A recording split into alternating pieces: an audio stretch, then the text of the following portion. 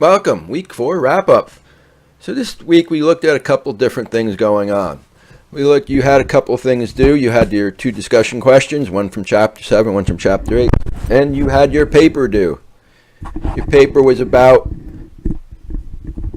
provided us information about what was going on in access control and how human nature and how we can prevent issues. So some of those things that we could look at is obviously training the employees so they understand what's going on. And that's an important part of it. Most people don't want to commit crimes at work, but they just don't know.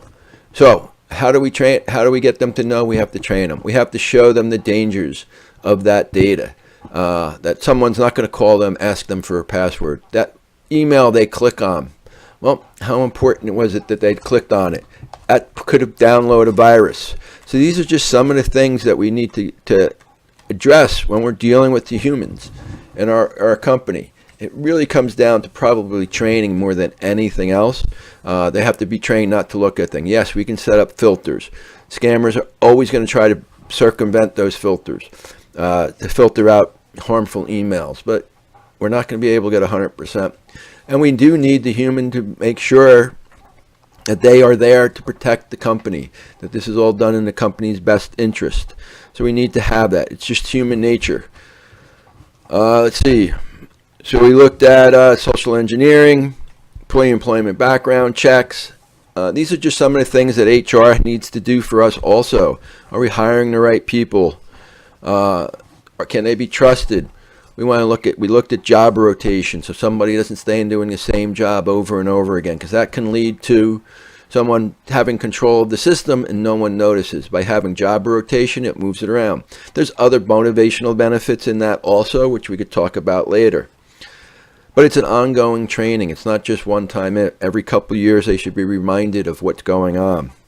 What are the policies and procedures that we have in place? We looked over at that area. How do we enforce these things? And that's an important part of what's going on. So Chapter 7, that's what we covered. Chapter 8, we looked at how do we put these systems in place? How do we put security at the file level, directory level?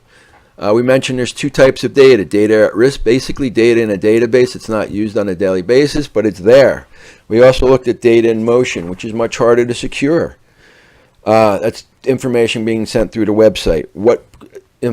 How are we securing that data to ensure our customers' privacy?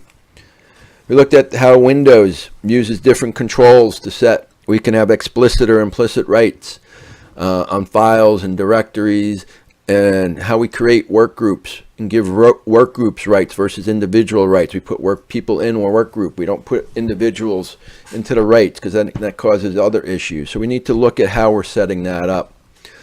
As we said, Windows servers pretty much set up nice and easy. You can pick different levels of security that they have, from read-only to full access, and it just allows no one can even see the folder.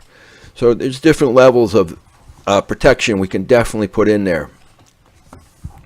We also looked at Unix and Linux and how they use a different type of command to use it. They use a chow mode command that allows someone to have, whether we want to put it on a certain rights, we can have information, grant rights for reading, grant rights for only thing, or even executing programs. So there's different levels that we can put in on this information. So we looked a little bit on how Unix uses their information. So protecting our data is an important part. This is what this whole class is about. But we went through different ways. We went through how we have to look at what the human factors are involved. How do we protect it from an individual doing something they don't know is wrong to something that they know is wrong, such as a Snowden? So there's a lot of different levels that we have to take into account that we need to do that.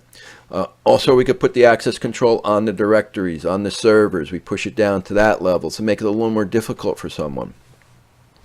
So that's basically what we covered this week. Said you had a couple discussion questions, your journal, your quiz, your papers. I know it's a lot of work. You guys are doing awesome.